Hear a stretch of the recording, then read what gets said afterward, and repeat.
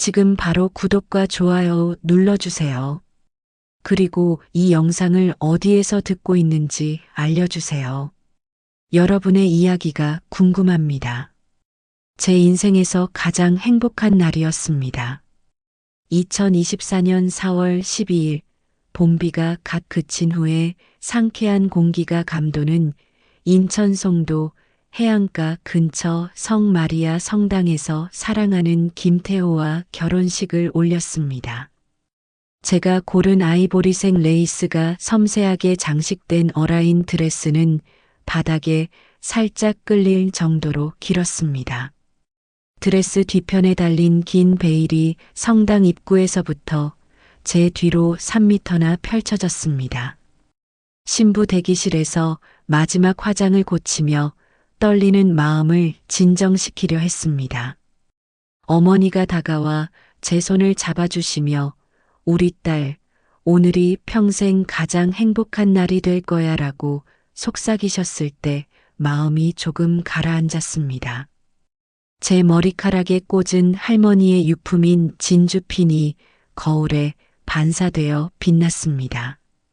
세 세대를 이어온 이 핀은 저에게 특별한 용기를 주었습니다. 웨딩 행진곡이 울려 퍼지자 아버지가 제 팔을 단단히 붙잡아 주셨습니다. 첫 발을 내딛는 순간 심장이 터질 듯 뛰었습니다. 성당 중앙 통로를 걸어갈 때 양쪽으로 늘어선 150명의 하객들의 미소와 감탄사가 저를 반겼습니다. 그러나 제 시선은 오직 제단 앞에 서 있는 태호에게만 향했습니다. 태호는 검은색 턱시도에 하늘색 넥타이를 메고 있었습니다. 우리가 처음 만났던 날 태호가 입었던 셔츠와 같은 색이었습니다. 그의 눈에는 눈물이 맺혀 있었고 저를 향한 미소는 제가 지금까지 보았던 어떤 미소보다도 따뜻했습니다. 8년의 연애 끝에 맺어진 결실이었고 우리가 함께한 모든 순간들이 주마등처럼 스쳐 지나갔습니다. 성당의 천장 높은 스테인드 글라스를 통해 비치는 햇살은 빨강, 파랑, 노랑의 다채로운 색채로 바닥에 투영되어 마치 축복의 무지개처럼 우리를 감쌌습니다. 태호가 떨리는 목소리로 서약을 읽을 때 저도 모르게 눈물이 뺨을 타고 흘렀습니다. 나 김태호는 당신 이민주를 사랑하고 존중하며 좋을 때나 나쁠 때나 부유할 때나 가난할 때나 아플 때나 건강할 때나 죽음이 우리를 갈라놓을 때까지 당신만을 사랑하고 함께할 것을 맹세합니다. 성당의 고풍스러운 오르간 소리와 함께 우리는 반지를 교환했습니다. 태호의 손가락에 반지를 끼워주는 순간 그의 손이 미세하게 떨리는 것을 느꼈습니다. 백금으로 만든 우리의 웨딩 반지 안쪽에는 4.1이 영원이라는 글귀가 새겨져 있었습니다.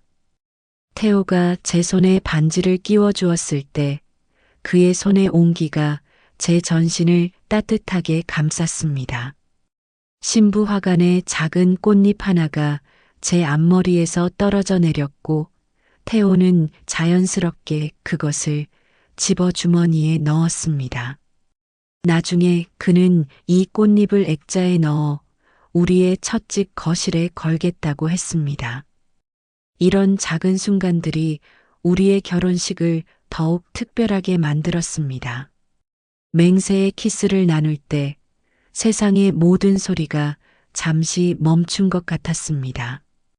오직 태호와 저만 존재하는 순간이었습니다. 우리의 첫 키스는 짧았지만 그 안에 담긴 약속은 영원했습니다. 이날만큼은 회사의 스트레스, 집 장만의 걱정, 미래에 대한 불안 같은 세상의 모든 걱정을 잊고 오직 우리의 사랑만을 생각했습니다. 신랑 신부의 입장을 박수로 환영해 주세요라는 사회자의 말과 함께 우리는 손을 맞잡고 성당을 나섰습니다. 하객들이 던지는 꽃잎 세례가 우리 위로 쏟아졌고 친구들의 환호성이 성당 밖까지 울려 퍼졌습니다. 태양은 이제 구름 사이로 완전히 모습을 드러냈고 빗물에 젖은 성당 앞 정원은 봄의 향기로 가득 찼습니다. 그 순간 뿌려진 분홍빛과 하얀색 꽃잎들이 우리의 앞날처럼 화사하게 빛났습니다. 테오의 손을 꽉 잡은 채 저는 잠시 하늘을 올려다보았습니다. 푸른 하늘에 떠 있는 흰 구름들 사이로 햇살이 비치는 모습이 마치 우리의 미래를 축복해 주는 것 같았습니다. 삶의 가장 아름다운 순간이 시작되었습니다. 적어도 그때는 그렇게 믿었습니다. 결혼식을 마친 후 우리는 송도 센트럴파크 근처에 위치한 더 블루 가든이라는 고급 레스토랑으로 향했습니다. 테오와 제가 첫 데이트를 했던 공원 근처에 있는 이 장소는 특별한 의미가 있었습니다. 넓은 통유리창 너머로 보이는 바다 전망은 4월의 화창한 햇살 아래 더욱 빛났습니다. 피로 연장 입구는 흰색과 라벤더 색상의 장미로 장식된 아치웨이로 꾸며졌습니다.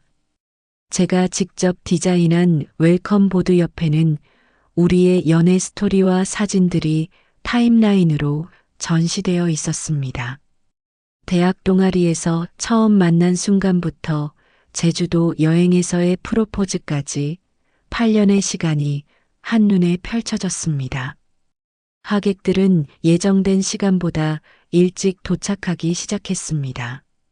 테오의 고등학교 친구들은 단체로 나타나 특별히 준비한 축하 영상을 상영하겠다며 분주히 움직였습니다. 저의 직장 상사와 동료들은 테이블 하나를 가득 채웠고 양가 친척들은 오랜만의 재회를 즐기며 웃음꽃을 피웠습니다. 레스토랑 내부는 제가 좋아하는 블루톤으로 우아하게 꾸며졌습니다. 각 테이블마다 크리스탈 화병에 담긴 하얀 프리지아와 푸른 델피늄이 조화롭게 어우러져 있었고 테이블 번호는 테오와 제가 함께 방문했던 여행지의 이름으로 대체되었습니다. 하와이, 오키나와, 파리, 바르셀로나. 우리의 추억이 담긴 장소들이 손님들의 호기심을 자극했습니다. 피로연의 식사는 우리가 특별히 선택한 코스 요리로 준비되었습니다.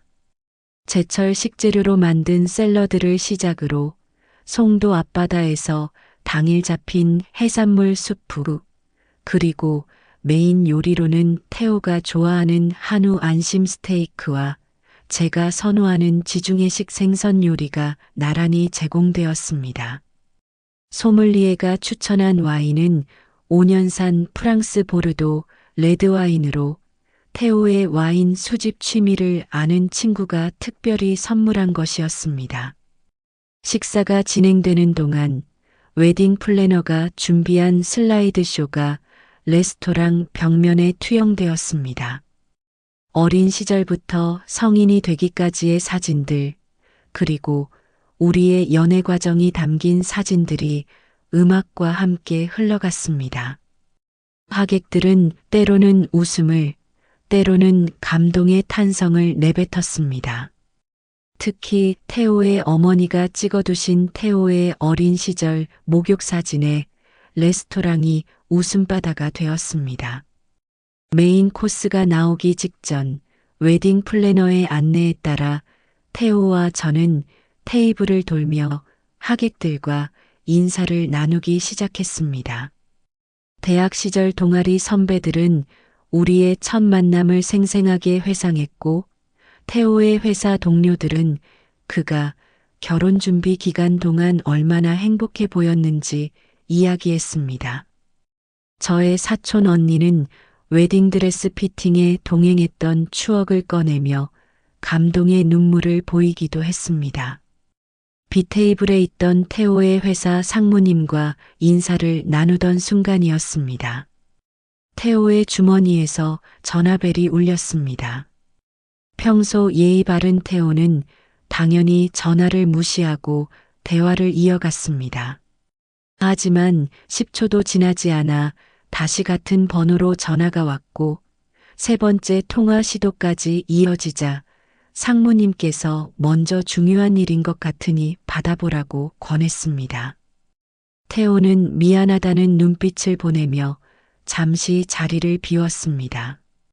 저는 계속해서 하객들과 인사를 나누었지만 태호가 5분이 지나도 돌아오지 않자 왠지 모를 불안감이 밀려왔습니다. 결국 저는 태호를 찾아 레스토랑 뒤편 테라스로 나갔습니다.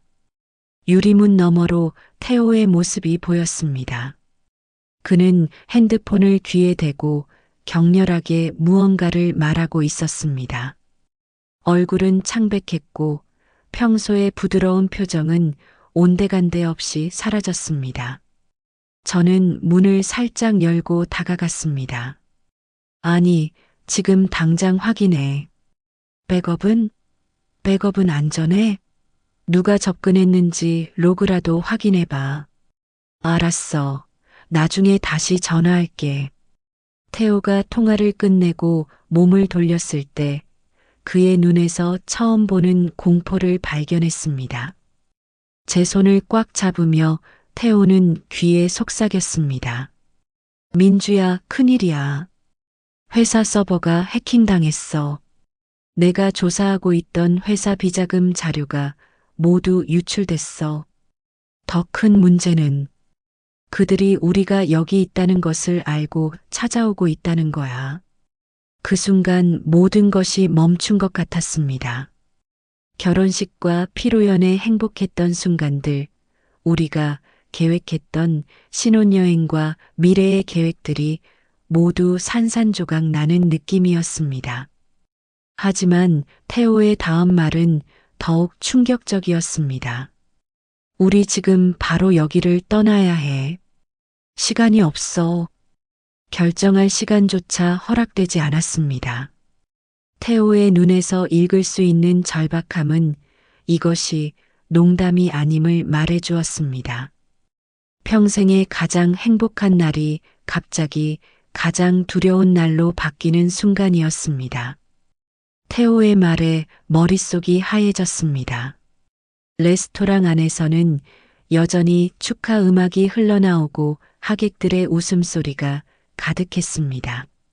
하지만 우리는 이 모든 행복한 순간들과 작별해야 했습니다. 태호는 망설임 없이 제 손을 잡아 끌었고 저는 본능적으로 그를 따랐습니다. 웨딩 플래너에게 메시지만 보내고 가자. 지금은 설명할 시간이 없어. 태호가 조용히 말했습니다. 그는 웨딩 플래너에게 긴급한 가족 상황이 발생했다.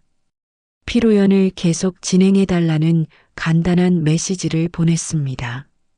저는 순간적으로 부모님께 전화라도 해야 하지 않을까 생각했지만 태호는 더 큰 위험에 빠질 수 있다며 만류했습니다. 레스토랑 주방을 통해 뒷문으로 나가는 길은 태호가 미리 파악해 두었습니다. 나중에 알게 되었지만 그는 항상 이런 비상 탈출구를 확인하는 습관이 있었습니다. 웨딩드레스 차림으로 주방을 지나갈 때 요리사들과 서빙 스태프들의 놀란 표정이 아직도 선명하게 기억납니다. 누군가 축하 인사를 건네기도 했지만 우리는 미소만 지을 뿐 걸음을 멈추지 않았습니다. 뒷문을 나서자 바닷바람이 제 얼굴을 때렸습니다. 결혼식 내내 화창했던 날씨는 어느새 흐려져 있었고 멀리서 천둥 소리가 들려왔습니다. 마치 우리의 상황을 대변하는 듯 했습니다. 웨딩드레스의 긴 치마 자락이 걸음을 방해했고 태호는 잠시 멈춰서서 제 드레스 밑단을 몇 군데 찢어버렸습니다. 그 찢어진 소리가 제 마음도 함께 찢는 것 같았습니다. 미안해. 지금은 이게 최선이야. 태호의 눈에는 미안함과 결연함이 동시에 담겨 있었습니다. 그의 손에는 작은 가방이 들려 있었습니다. 레스토랑과 계약할 때 미리 맡겨둔 비상용 가방이라고 했습니다. 나중에 열어보니 여권, 현금, 간단한 옷가지와 생필품이 들어 있었습니다. 태호는 이런 상황을 예상했던 걸까요? 아니면 그저 지나친 준비성의 일부였을까요? 레스토랑 뒤편 골목을 빠져나와 큰 길로 나왔을 때 태호는 재빨리 택시를 잡았습니다. 심장이 미친 듯이 뛰었고 호흡이 가빠졌습니다. 현실감이 없었습니다. 방금 전까지 인생에서 가장 행복한 순간을 보내고 있었는데 지금은 도망자가 되어 있었으니까요. 김포공항으로 가주세요. 최대한 빨리요. 태호의 목소리에는 제가 한 번도 들어본 적 없는 긴장감이 묻어 있었습니다. 운전기사는 백미러로 우리를 쳐다보더니 웨딩드레스 차림의 저와 턱시도 차림의 태호를 보고 미소를 지었습니다. 신혼여행 가시나 봐요? 축하드립니다. 운전기사의 말에 우리는 억지 미소로 답했습니다. 네, 감사합니다. 비행기 시간이 급해서요. 택시가 출발하자마자 태호는 가방에서 2개의 새로운 휴대폰을 꺼냈습니다. 기존의 휴대폰 배터리와 유심을 분리한 후 창밖으로 버렸습니다. 그리고 새 휴대폰에 미리 준비해둔 유심을 장착했습니다. 모든 행동이 계획적이고 숙련되어 보였습니다. 이것이 제가 알던 소프트웨어 개발자 태호의 모습이 아니었습니다. 태호야, 도대체 무슨 일이야? 회사 비자금이라니? 너 정말 위험한 일에 연루된 거야? 제 목소리는 떨렸고 눈에는 눈물이 고여 있었습니다. 웨딩드레스 위로 눈물이 떨어졌습니다. 하얀 천 위에 번진 화장이 마치 우리의 상황처럼 엉망이 되어 갔습니다. 태호는 한숨을 쉬며 제 손을 잡았습니다. 6개월 전부터 우리 회사가 정치인들에게 불법 자금을 제공한 증거를 모으고 있었어. 회사 서버에서 우연히 발견한 자료였는데 그 규모가 상상을 초월해. 수천억 대야. 처음에는 그냥 증거만 확보해 두려고 했어. 하지만 점점 더 깊이 알게 될수록 위험해진다는 걸 깨달았지. 비가 내리기 시작했습니다. 택시 창문을 타고 흐르는 빗방울들이 제 눈물과 동조하는 것 같았습니다. 태호는 계속해서 이야기했습니다. 오늘 회사 서버가 해킹당했어. 내가 숨겨둔 자료들이 모두 유출됐고 그들은 내가 모든 증거를 가지고 있다는 걸 알게 됐어. 더 큰 문제는 그들이 우리 결혼식 장소를 알고 있다는 거야. 아마 지금쯤 레스토랑에 도착했을 거야. 택시는 도로 위를 빠르게 달렸습니다. 창밖으로 스쳐 지나가는 송도의 높은 빌딩들, 인천대교로 향하는 도로 표지판, 그리고 점점 멀어지는 우리의 평범한 일상이 보였습니다. 태호의 손은 따뜻했지만 그의 눈에는 불안과 두려움이 가득했습니다. 미안해, 민주야. 내가 이런 상황에 휘말리게 해서. 내가 이 모든 걸 예상했다면 결혼식을 미뤘을 거야. 제가 고개를 저었습니다. 아니야. 우리는 이미 부부야. 무슨 일이 있어도 함께 할 거야. 택시 뒷좌석에서 웨딩드레스를 입은 채로 모든 것을 뒤로 한 채 도망치는 상황. 결혼식장에서 도망치는 신랑 신부라니 드라마나 영화에서나 볼 법한 장면이 우리의 현실이 되었습니다. 불안했지만 이상하게도 태호와 함께라면 어떤 일도 이겨낼 수 있을 것 같은 용기가 생겼습니다. 빗소리가 점점 거세졌고 택시의 와이퍼는 바쁘게 움직였습니다. 창문에 맺힌 물방울 너머로 보이는 도시의 불빛들이 마치 우리의 혼란스러운 감정처럼 번져 보였습니다. 1시간 전만 해도 상상조차 할 수 없었던 이 상황 속에서 우리는 알 수 없는 미래를 향해 달려가고 있었습니다. 김포공항에 도착했을 때는 이미 저녁 7시가 넘어 있었습니다. 비는 더욱 거세져 공항 앞 차도에 물웅덩이가 생겼고 택시에서 내릴 때 제 웨딩드레스 끝자락이 젖었습니다. 이미 태호가 찢어놓은 드레스 밑단은 더 이상 아름다운 원피스가 아니라 누더기에 가까웠습니다. 하지만 그런 것을 신경 쓸 상황이 아니었습니다. 태호는 주변을 경계하며 제 손을 꽉 잡고 공항 안으로 빠르게 걸어갔습니다.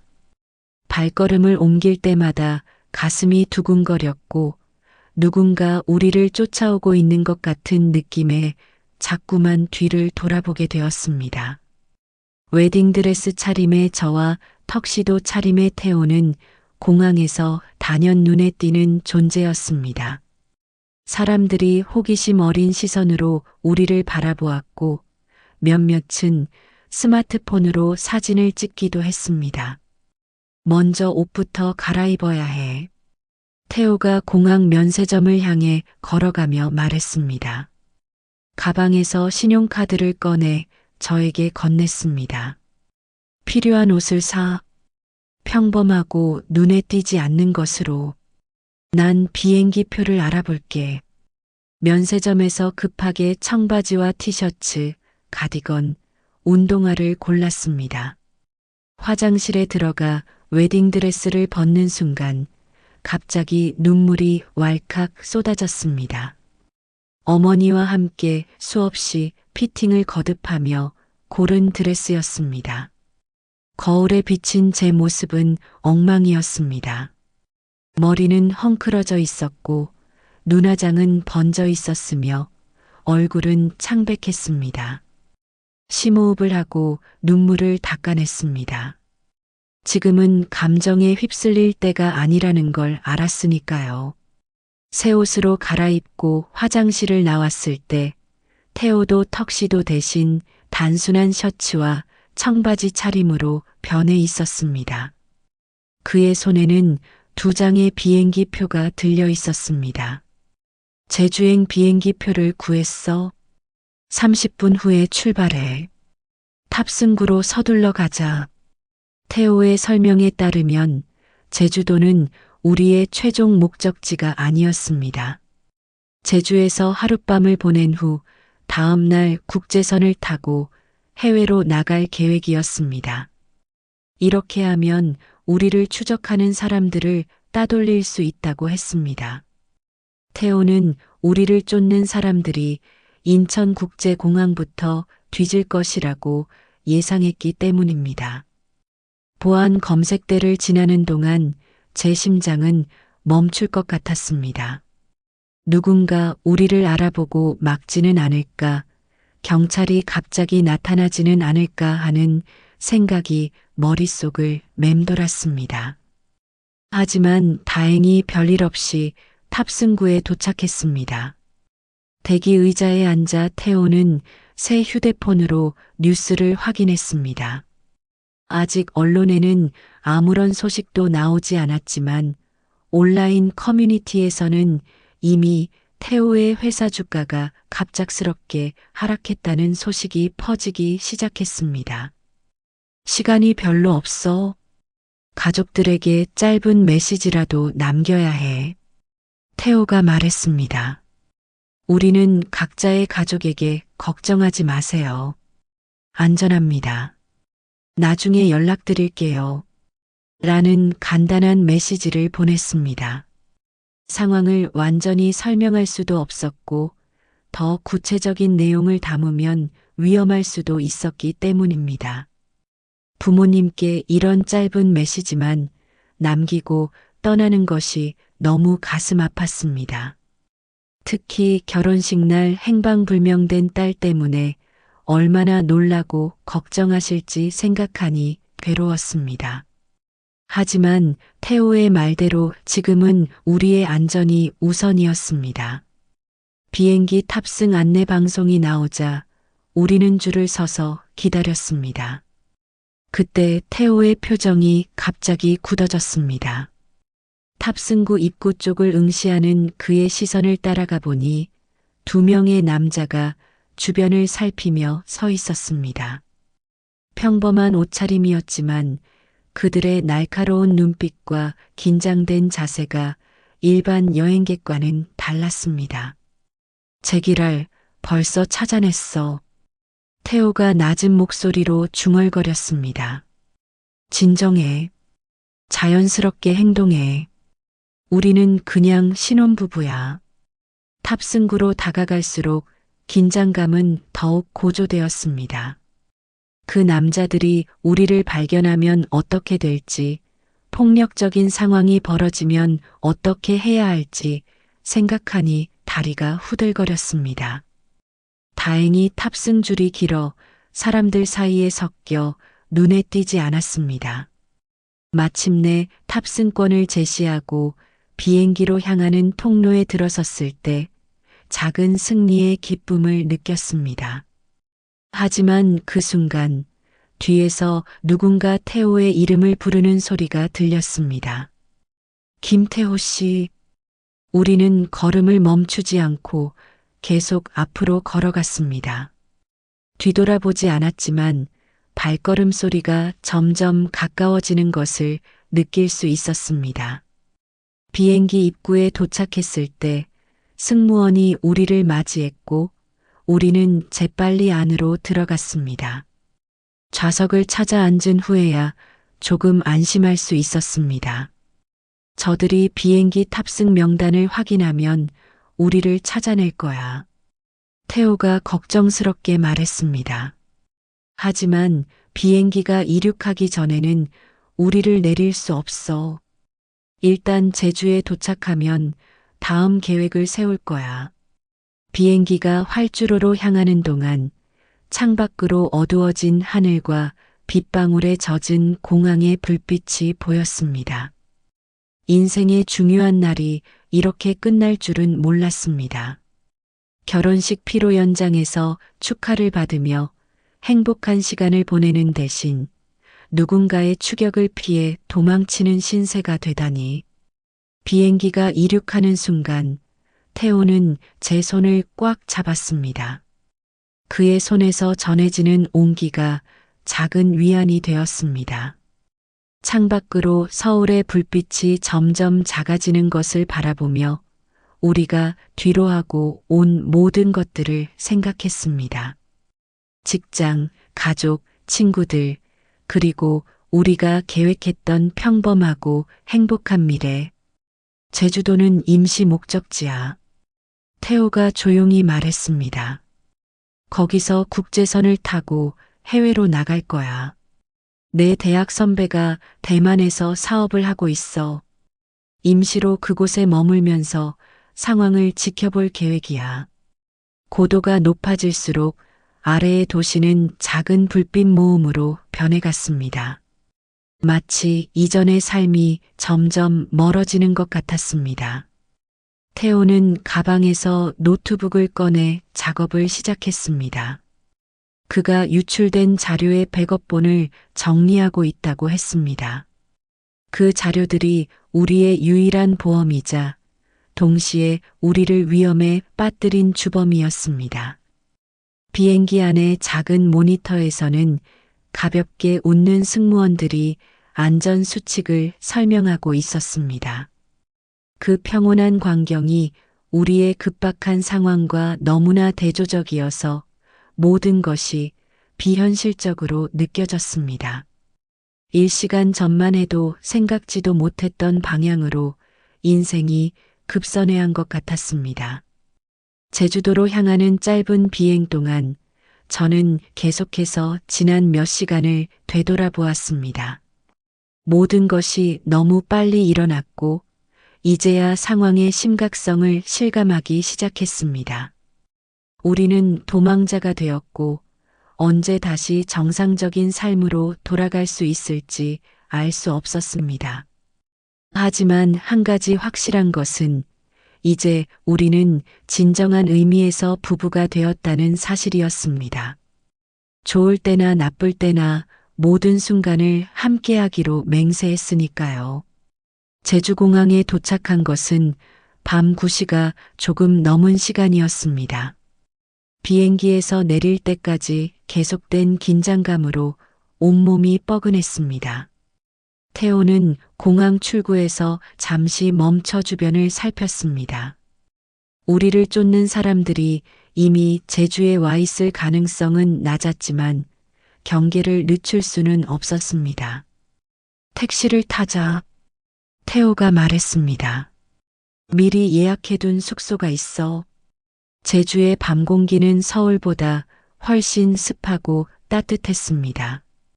택시에 올라타자 바다 냄새가 코끝을 스쳤습니다. 다른 상황이었다면 신혼여행으로 이보다 더 좋은 곳이 있었을까 생각했을 테지만 지금은 그런 여유조차 없었습니다. 서귀포시 쪽으로 가주세요. 태호가 운전기사에게 말했습니다. 평소 같았으면 30분 정도 소요되는 거리였지만 비가 그친 후 안개가 짙게 깔려 시야가 좋지 않았습니다. 마치 우리의 불투명한 미래를 암시하는 것 같았습니다. 택시 안에서 태호는 끊임없이 휴대폰을 확인했습니다.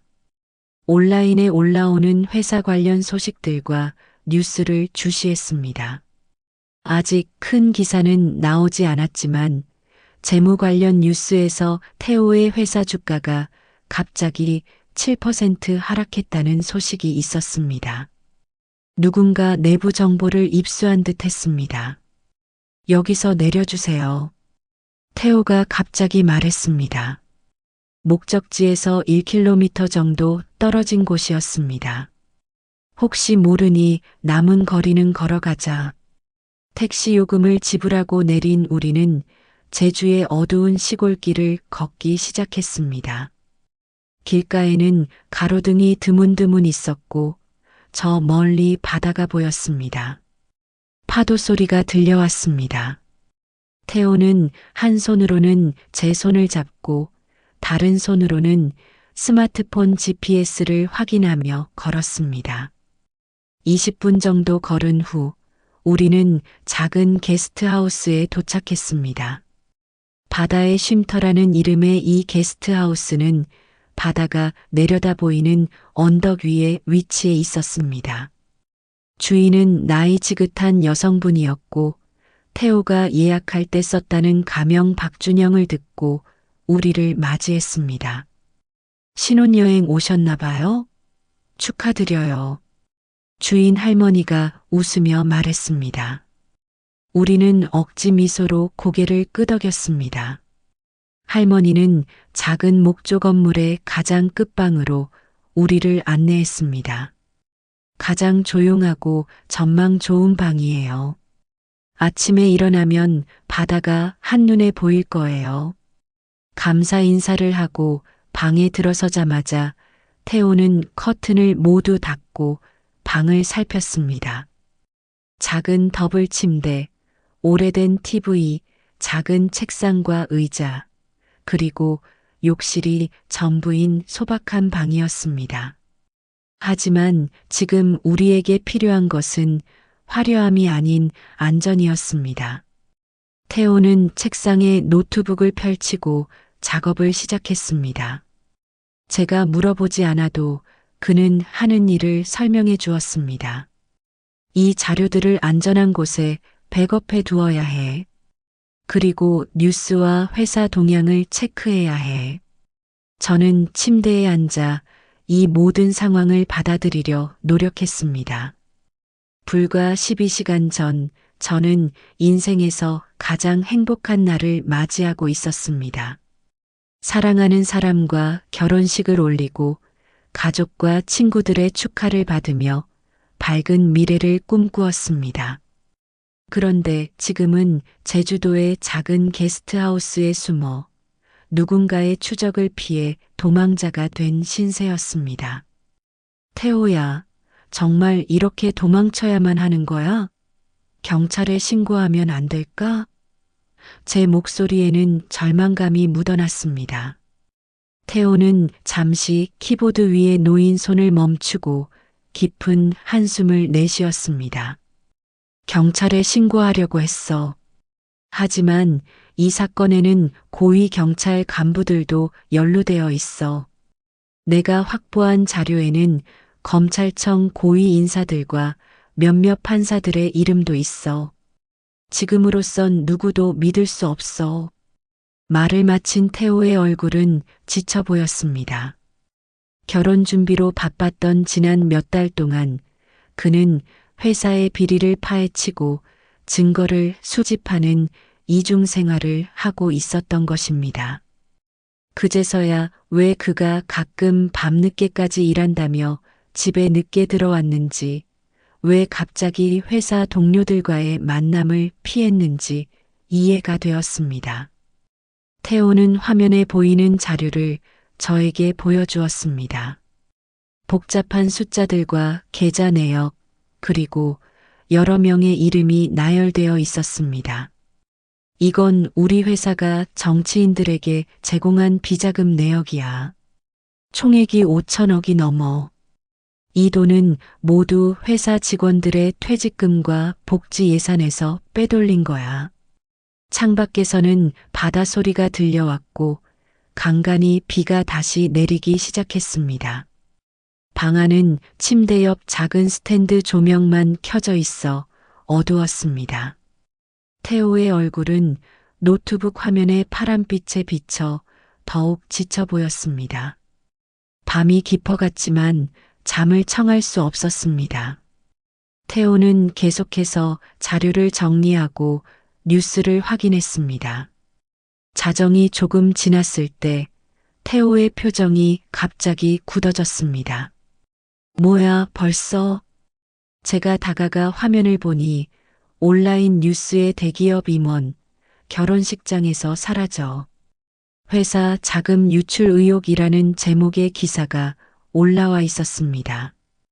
기사 내용은 아직 확인되지 않은 소문 수준이었지만 태호의 이름과 회사명이 언급되어 있었습니다. 기사 하단에는 우리의 결혼식 사진도 실려 있었습니다. 이제 모든 언론이 이 소식을 다룰 거야. 내일이면 우리의 얼굴이 전국에 알려질 거야. 태호의 목소리는 무겁게 가라앉았습니다. 저는 갑자기 극심한 피로감을 느꼈습니다. 하루 종일의 긴장과 스트레스, 그리고 감정적 소용돌이가 한꺼번에 밀려왔습니다. 침대에 누워 천장을 바라보았습니다. 결혼 반지가 손가락에 무겁게 느껴졌습니다. 태호는 노트북을 닫고 침대로 다가왔습니다. 그도 지쳐 보였습니다. 미안해, 민주야. 내가 이런 상황에 처하게 해서. 제가 고개를 저었습니다. 사과하지 마. 우린 이미 부부야. 내 문제는 내 문제이기도 해. 태호는 제 옆에 누워 팔로 저를 감싸 안았습니다. 그의 심장 박동이 느껴졌습니다. 빠르고 불안정했습니다. 내일 아침 일찍 여기를 떠날 거야. 대만행 비행기를 예약할 거야. 거기에 도착하면 좀 더 안전할 거야. 창문 틈으로 새어 들어오는 달빛이 방 안을 희미하게 비추었습니다. 제주의 밤바다 소리가 우리의 불안한 마음을 달래주는 듯 했습니다. 태호의 품 안에서 모든 것이 잘 될 거라는 희망을 품으려 노력했습니다. 하지만 마음 한구석에서는 이것이 시작에 불과하다는 예감이 들었습니다. 새벽 3시, 갑자기 태호가 악몽에 시달리며 잠에서 깼습니다. 온몸에 식은땀을 흘리며 헐떡이는 그를 보며 가슴이 아팠습니다. 한 달 전만 해도 태호는 잠버릇 하나 없이 평온하게 자는 사람이었습니다. 괜찮아? 제가 그의 이마에 맺힌 땀을 닦아주며 물었습니다. 태호는 깊은 숨을 내쉬었습니다. 꿈에서 우리가 쫓기고 있었어. 도망칠 곳이 없었어. 제가 그의 손을 꼭 잡았습니다. 우리는 함께야. 무슨 일이 있어도 함께 이겨낼 거야. 창밖으로 제주의 밤하늘에 떠 있는 별들이 보였습니다. 이 작은 섬에서의 하룻밤이 이토록 길게 느껴질 줄은 몰랐습니다. 내일은 또 다른 도전과 위험이 기다리고 있겠지만 적어도 지금 이 순간만큼은 서로에게 위안이 되어주기로 했습니다. 바다 소리를 들으며 저는 우리의 결혼 서약을 떠올렸습니다. 좋을 때나 나쁠 때나 부유할 때나 가난할 때나 아플 때나 건강할 때나 결혼식장에서 했던 그 맹세가 이렇게 빨리 이런 방식으로 시험받게 될 줄은 상상도 못했습니다. 하지만 이 시험을 통해 우리의 사랑과 신뢰가 더 강해질 것이라 믿었습니다. 새벽 5시 태호의 알람 소리에 잠에서 깼습니다. 밤새 뒤척이다가 겨우 2시간 정도 잠든 것 같았는데도 태호는 이미 씻고 준비를 마친 상태였습니다. 창문 너머로 제주의 이른 아침 풍경이 보였습니다. 바다 위로 붉은 태양이 떠오르고 있었고 멀리서 어선들이 항구로 돌아오는 모습이 눈에 들어왔습니다. 다른 상황이었다면 감탄했을 풍경이었습니다. 일어났구나. 서둘러야 해. 태호는 이미 짐을 정리하고 있었습니다. 대만 타이페이행 비행기를 예약했어. 오전 7시 30분 출발이야. 제주국제공항까지 택시로 1시간 정도 걸릴 거야. 욕실로 들어가 얼굴을 씻으며 거울 속 제 모습을 마주했습니다. 어제 결혼식 화장을 완전히 지우지 않아 아이라인이 번져 있었고 눈은 충혈되어 있었습니다. 어제의 신부와는 전혀 다른 모습이었습니다. 그제야 현실감이 확 밀려왔습니다. 방을 나서기 전 태호는 노트북으로 마지막 뉴스 확인을 했습니다. 예상대로 모든 주요 뉴스 사이트에 우리의 이야기가 올라와 있었습니다. 대기업 임원, 결혼식 당일 도주, 회사 자금 유출 의혹, 김태호 부부 행방불명, 경찰 수사 착수, 대규모 비자금 의혹, 검찰 내사 시작 등의 헤드라인이 화면을 가득 채웠습니다. 생각보다 더 빨리 퍼지고 있어. 태호의 얼굴은 어두웠습니다. 이제 공항에서 우리를 알아볼 가능성이 높아졌어. 게스트하우스 주인 할머니께 인사를 드리고 나왔습니다. 할머니는 이른 아침부터 떠나는 우리를 의아해하셨지만 아침 비행기를 타야 한다는 말에 택시를 불러주셨습니다. 택시를 기다리는 동안 태호는 주변을 경계하며 끊임없이 시계를 확인했습니다. 택시에 올라타자마자 태호는 운전기사에게 제주국제공항으로 가줄 것을 부탁했습니다. 창밖으로 흘러가는 제주의 풍경은 아름다웠지만 그 아름다움을 즐길 마음의 여유가 없었습니다. 태호는 계속해서 휴대폰으로 뉴스를 확인했고 저는 손가락으로 결혼 반지를 만지작거리며 불안한 마음을 달래려 했습니다. 택시 라디오에서 아침 뉴스가 흘러나왔습니다. 일기예보, 교통 상황, 그리고 마지막 뉴스 헤드라인에서 우리 이야기가 나왔습니다. 어제 서울에서 결혼식을 올린 대기업 임원 부부가 피로연 도중 사라져 경찰이 수사에 나섰습니다.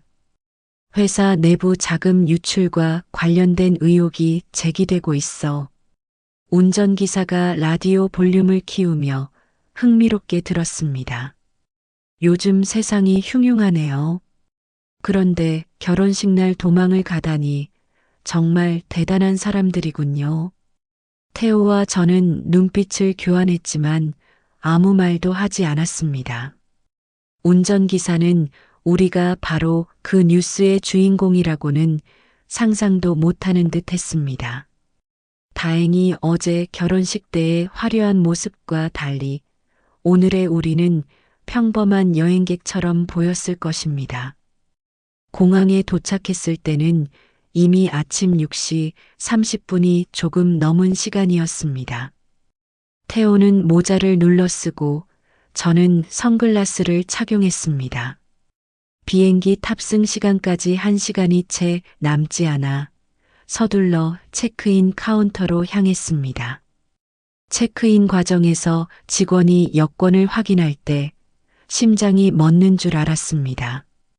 혹시 우리의 신원이 경보 시스템에 등록되어 있다면 어떻게 될까 하는 공포가 엄습했습니다.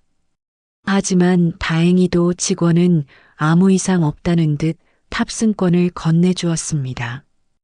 보안 검색대를 통과할 때도 마찬가지였습니다.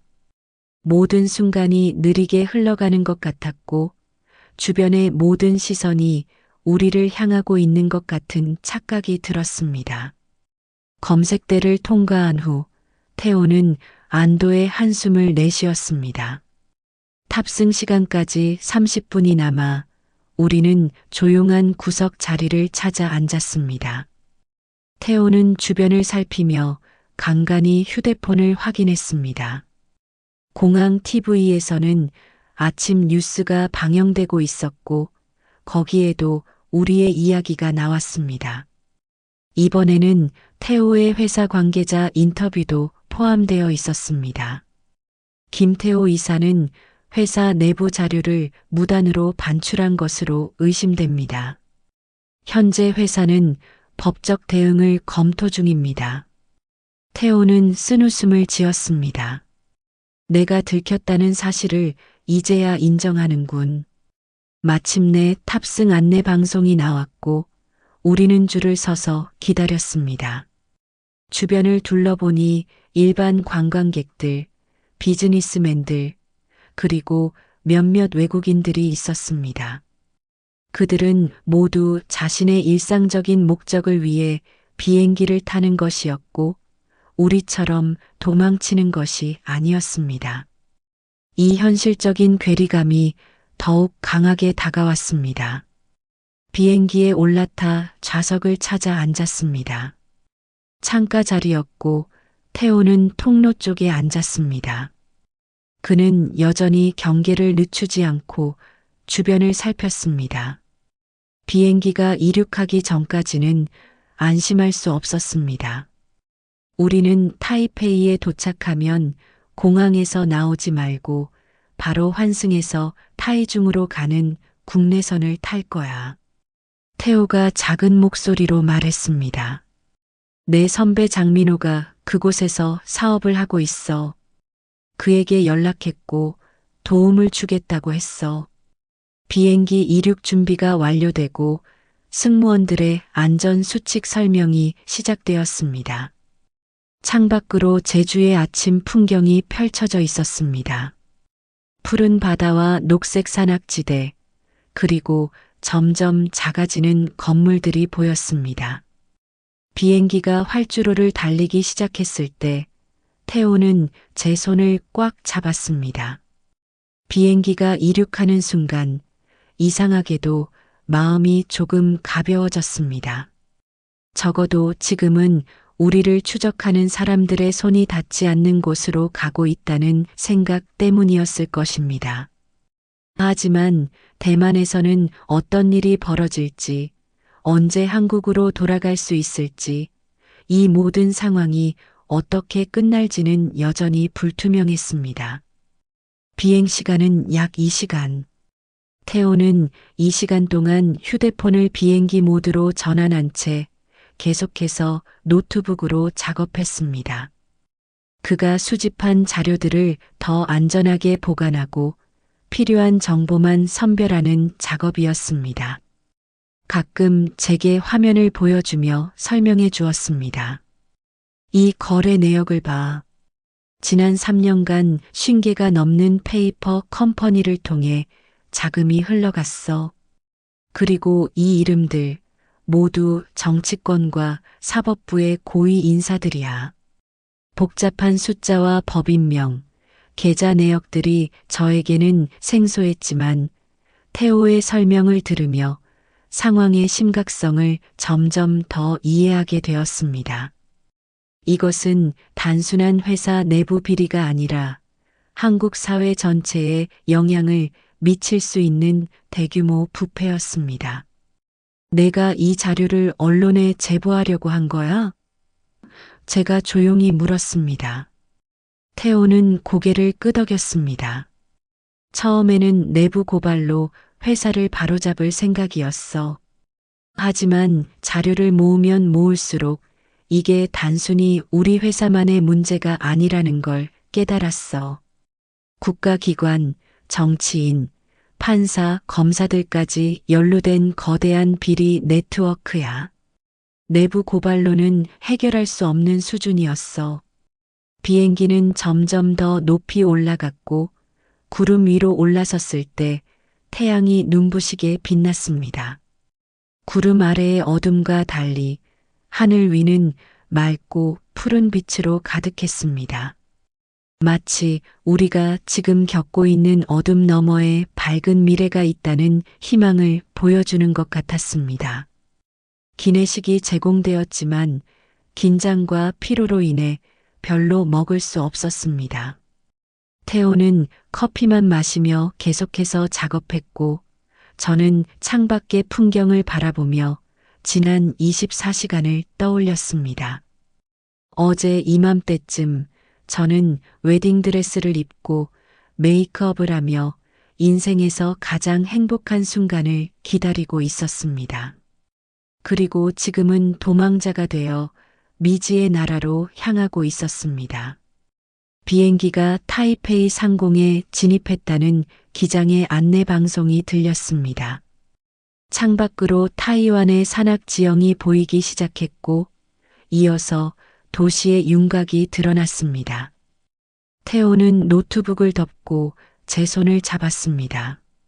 여기서부터가 진짜 시작이야, 민주야. 내가 옆에 있어줘서 고마워. 착륙 준비가 시작되었고 비행기는 점점 고도를 낮추었습니다. 테이페이 시내의 모습이 더 선명하게 보였습니다. 낯선 도시, 낯선 나라, 그리고 불확실한 미래. 하지만 적어도 태호와 함께라는 사실이 저에게 작은 위안이 되었습니다.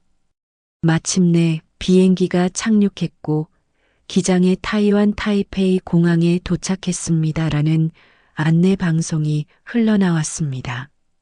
승객들이 짐을 꺼내기 위해 일어섰지만 우리는 잠시 자리에 앉아 있었습니다.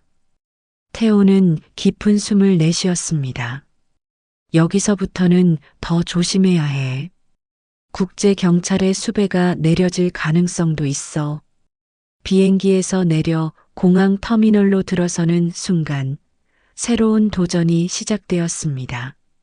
낯선 언어의 표지판들, 분주하게 오가는 사람들, 그리고 처음 밟는 외국 땅.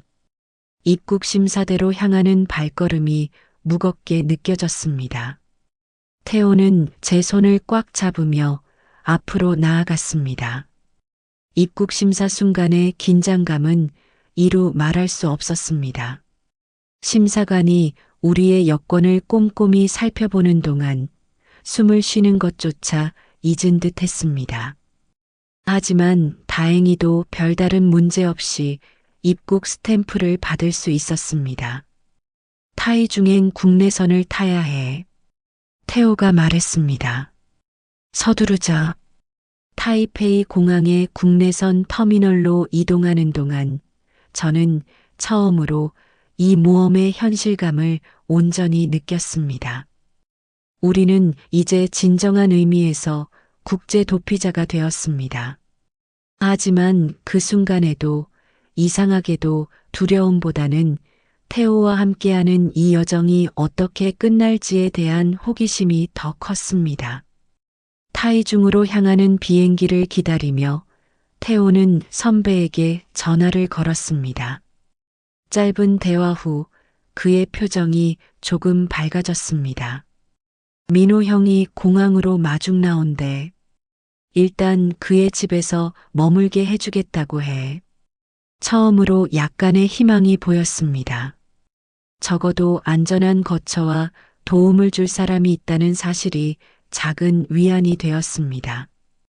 긴 하루가 될 것이 분명했지만 태호와 함께라면 이 불확실한 여정도 이겨낼 수 있을 것 같았습니다. 타이중 공항에 도착했을 때는 이미 오후 1시가 조금 넘은 시간이었습니다. 비행기에서 내려 입국장으로 향하는 동안 낯선 언어로 가득한 표지판들과 분주하게 오가는 현지인들 사이에서 묘한 소외감을 느꼈습니다. 24시간 전만 해도 결혼식을 올리던 신부였는데 지금은 낯선 나라에서 도망자가 된 현실이 비현실적으로 느껴졌습니다. 입국장을 빠져나오자 한 남자가 손을 흔들며 우리에게 다가왔습니다. 키가 크고 선글라스를 낀 그 남자는 태호의 표정을 보고 반가움이 가득한 미소를 지었습니다. 태호야, 10년 만이네. 이렇게 다시 만나게 될 줄은 몰랐다. 태호의 대학 선배인 장민호 씨였습니다. 그는 태호와 간단히 포옹을 나눈 후 저에게도 인사했습니다. 민주 씨, 정말 미안해요. 결혼식 다음 날 이런 상황에서 만나게 되다니. 민호 씨는 우리의 짐을 받아들고 주차장으로 안내했습니다. 그의 차는 검은색 SUV였고 뒷좌석 창문은 짙은 선팅이 되어 있었습니다. 차에 올라타자마자 민호 씨는 심각한 표정으로 말했습니다. 타이완 뉴스에도 너희 이야기가 나오기 시작했어. 한국 경찰이 인터폴에 수배를 요청했다는 소식도 있어. 태호와 저는 놀란 눈빛을 교환했습니다. 상황이 생각보다 더 빠르게 악화되고 있었습니다. 걱정 마. 내 별장은 도시 외곽에 있고 주변에 이웃도 거의 없어. 일단 그곳에서 지내면서 다음 계획을 세우자. 차는 타이중 시내를 빠져나와 산길로 접어들었습니다. 창밖으로 보이는 타이완의 풍경은 아름다웠습니다. 울창한 열대 식물들, 계단식 논, 그리고 멀리 보이는 산맥이 마치 그림 같았습니다. 다른 상황이었다면 여행의 즐거움을 만끽했을 곳이었습니다. 약 40분 정도 달린 후 차는 울창한 나무들로 둘러싸인 외딴 별장 앞에 멈추었습니다. 2층짜리 목조 건물이었고 넓은 테라스가 있었으며 뒤쪽으로는 작은 정원이 보였습니다. 여기는 내가 주말마다 쉬러 오는 곳이야. 평일에는 거의 비어 있어서 너희가 지내기 좋을 거야. 집 안으로 들어서자 시원한 공기가 느껴졌습니다. 내부는 모던한 스타일로 꾸며져 있었고 거실에는 큰 창문이 있어 밖의 풍경이 한눈에 들어왔습니다. 민호 씨는 우리를 2층의 게스트룸으로 안내했습니다. 여기서 편하게 쉬어. 먼저 샤워하고 좀 쉬다가 저녁에 얘기하자. 냉장고에 음식도 있으니 필요하면 꺼내 먹어. 민호 씨가 나간 후 태호와 저는 침대에 털썩 주저앉았습니다. 지난 24시간 동안의 긴장과 피로가 한꺼번에 밀려왔습니다. 태호는 깊은 한숨을 내쉬었습니다. 이제 좀 안전한 것 같아. 민호 형은 믿을 수 있어. 샤워를 마치고 깨끗한 옷으로 갈아입은 후 저는 침대에 누워 잠시 눈을 감았습니다. 먼 곳에서 들려오는 새소리와 바람소리가 마음을 진정시켜 주었습니다. 태호는 노트북을 켜고 뉴스를 확인하기 시작했습니다. 잠시 후 태호의 놀란 목소리에 눈을 떴습니다. 민주야, 이것 봐. 노트북 화면에는 한국 뉴스 사이트가 열려 있었고 거기에는 충격적인 헤드라인이 떠 있었습니다. 김태호 전 이사가 폭로한 비자금 의혹, 검찰 특별수사팀 구성. 기사를 읽어보니 태호가 수집한 자료 중 일부가 언론에 유출되었고 그 내용의 심각성 때문에 검찰이 특별수사팀을 구성했다는 내용이었습니다. 더 놀라운 것은 태호의 회사 주가가 하루 만에 20% 이상 폭락했고 회사 대표이사가 긴급 기자회견을 열어 근거 없는 의혹이라며 반박했다는 소식이었습니다. 누가 자료를 유출한 거지? 제가 물었습니다. 태호는 고개를 저었습니다. 내가 아니야. 아마도 회사 내부에 또 다른 내부 고발자가 있는 것 같아.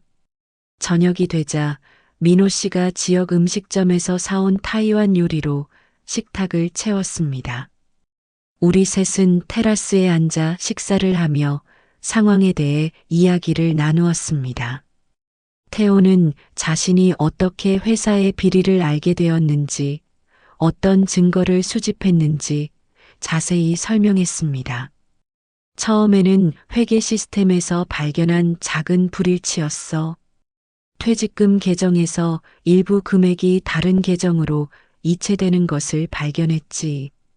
그걸 추적하다 보니 수백 개의 페이퍼 컴퍼니와 비밀 계좌들이 연결되어 있었어. 그리고 그 끝에는 여러 정치인과 고위 공무원들의 이름이 있었지.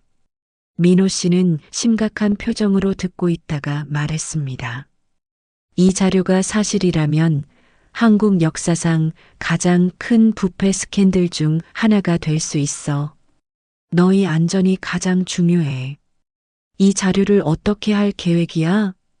태호는 잠시 생각하더니 결심한 듯 말했습니다. 국제 언론에 제보하려고 해. 한국 내에서는 이미 언론사들이 회사의 압력을 받고 있어. 하지만 국제 언론이라면 다를 거야.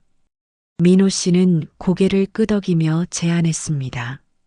내가 타이완에서 일하는 미국 기자를 알아. 그에게 연락해 볼까? 태호의 눈이 반짝였습니다. 그게 좋겠어. 다음 날 아침 민호 씨는 자신이 아는 미국 언론사 특파원을 만나러 갔습니다. 태호는 증거 자료를 USB에 담아 그에게 전달했습니다. 태호와 저는 하루 종일 별장에 머물며 뉴스를 확인했습니다. 한국에서는 점점 더 많은 의혹이 제기되고 있었고 태호의 이름은 이제 모든 뉴스의 중심에 있었습니다. 오후가 되어 민호 씨가 돌아왔을 때 그의 표정은 밝았습니다. 좋은 소식이야. 특파원이 자료를 검토했고 내일 아침 그의 언론사에서 전체 내용을 공개할 예정이야. 국제적인 파장이 클 거야. 그날 밤 우리는 별장 테라스에 앉아 별이 가득한 하늘을 바라보았습니다. 내일이면 모든 것이 바뀔 것이라는 예감이 들었습니다. 태호는 제 손을 꼭 잡으며 말했습니다. 무슨 일이 일어나도 우리는 함께야. 이 모든 것이 끝나면 새로운 시작을 할 거야. 다음 날 아침 우리는 일찍 일어나 뉴스를 확인했습니다. 예상대로 미국 언론사의 웹사이트 메인에는 태호가 제공한 자료를 바탕으로 한 대규모 특집 기사가 실려 있었습니다. 한국 재벌과 정치인들의 비밀거래 네트워크 폭로. 기사는 구체적인 증거와 함께 관련된 모든 인물과 회사들의 이름을 명시했습니다. 수천억 원의 비자금이 어떻게 조성되고 흘러갔는지, 그 과정에서 어떤 법률이 위반되었는지 상세하게 설명되어 있었습니다.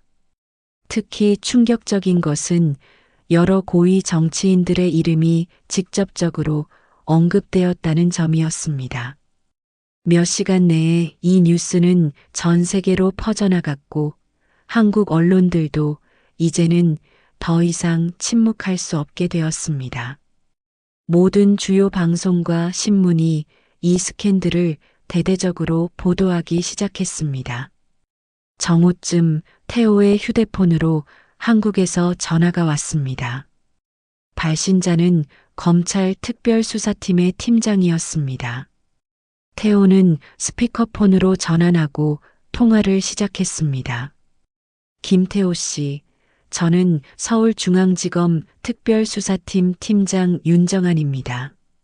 귀하가 제공한 자료에 대해 심도 있는 수사가 진행 중입니다. 현재 귀하의 신변이 위험할 수 있다고 판단됩니다.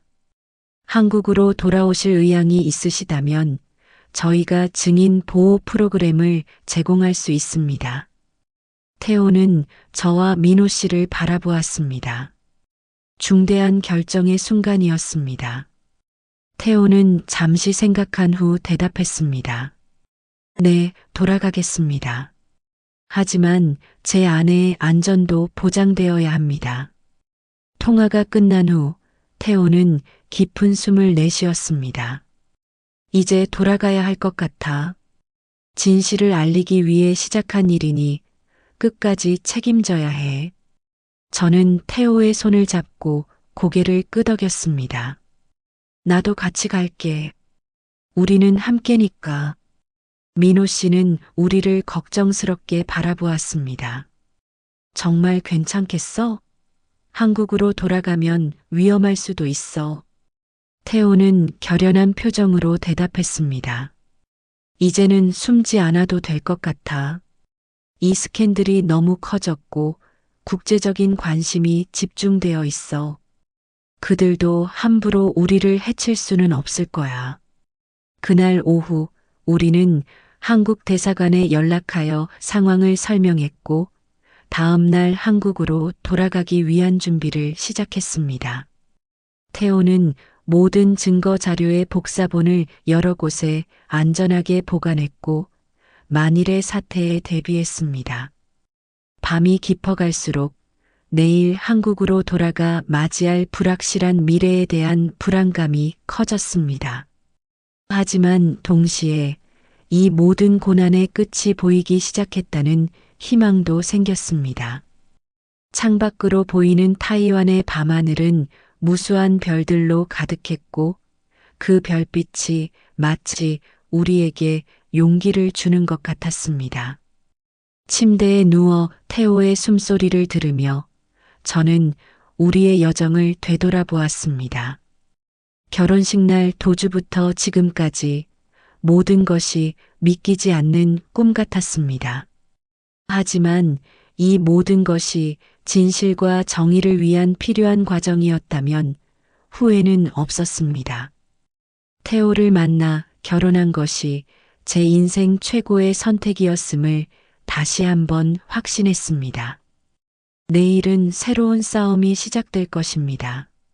하지만 이제 우리는 더 이상 혼자가 아니었습니다.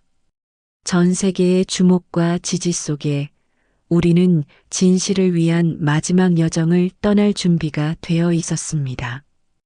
대만에서의 마지막 아침이 밝았습니다. 창문을 통해 들어오는 햇살이 방 안을 따스하게 비추었고 새들의 지저귀이 평화로운 분위기를 만들어냈습니다. 하지만 우리의 마음은 결코 평화롭지 않았습니다. 오늘 우리는 한국으로 돌아가기로 결정했고 그곳에서 우리를 기다리는 것이 무엇인지 알 수 없었습니다. 아침 식사 테이블에서 민호 씨는 걱정스러운 표정으로 우리를 바라보았습니다. 정말 돌아가기로 마음을 굳혔어? 여기서 좀 더 상황을 지켜봐도 늦지 않을 것 같은데. 태호는 단호한 목소리로 대답했습니다. 네, 민호 형.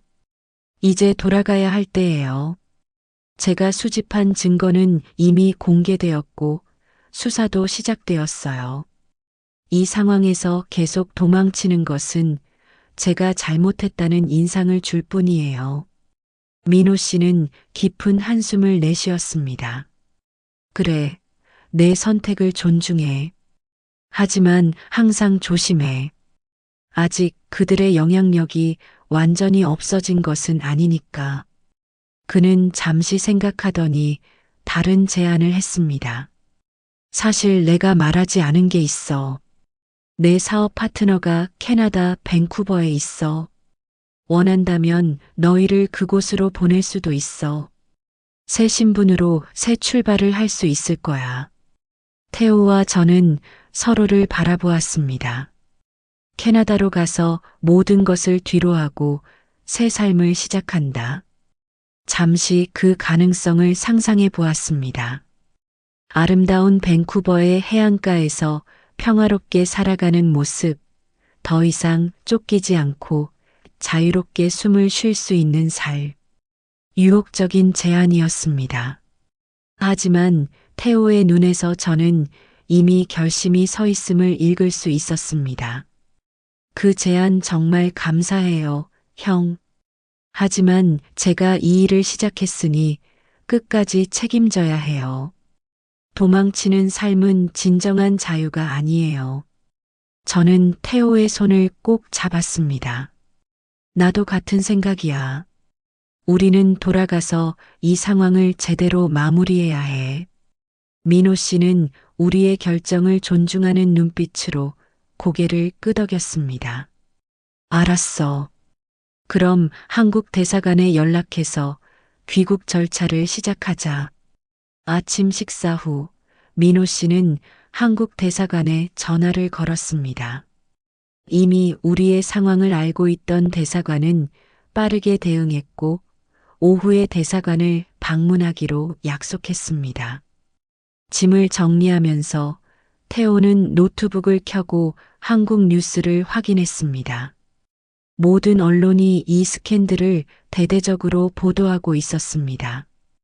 태호가 폭로한 자료로 인해 여러 고위 인사들이 소환되었고 특별검사 임명 요구까지 나오고 있었습니다. 태호의 회사 주가는 연일 하한가를 기록했고 회장은 긴급 기자회견을 열어 철저한 내부 조사를 약속했습니다. 상황이 우리에게 유리하게 돌아가고 있어. 태호가 화면을 가리키며 말했습니다. 이제는 그들도 함부로 우리를 해칠 수 없을 거야.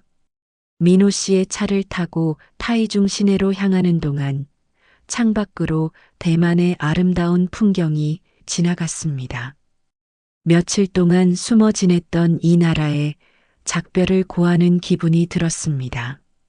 짧은 시간이었지만 이곳은 우리에게 안전한 피난처를 제공해 주었습니다. 대사관에 도착하자 영사가 직접 우리를 맞이했습니다. 그는 우리를 별도의 회의실로 안내했고 그곳에는 이미 서울에서 온 검찰 특별수사팀의 윤정한 팀장이 기다리고 있었습니다. 그가 직접 대만까지 온 것을 보니 상황의 심각성을 실감할 수 있었습니다. 김태호 씨, 이민주 씨, 만나서 반갑습니다. 윤 팀장은 정중하게 인사했습니다. 먼저 두 분의 안전이 최우선입니다. 현재 서울에서는 특별수사팀이 구성되어 철저한 수사가 진행 중입니다. 김태호 씨가 제공한 자료는 매우 중요한 증거로 활용되고 있습니다. 태호는 긴장된 목소리로 물었습니다.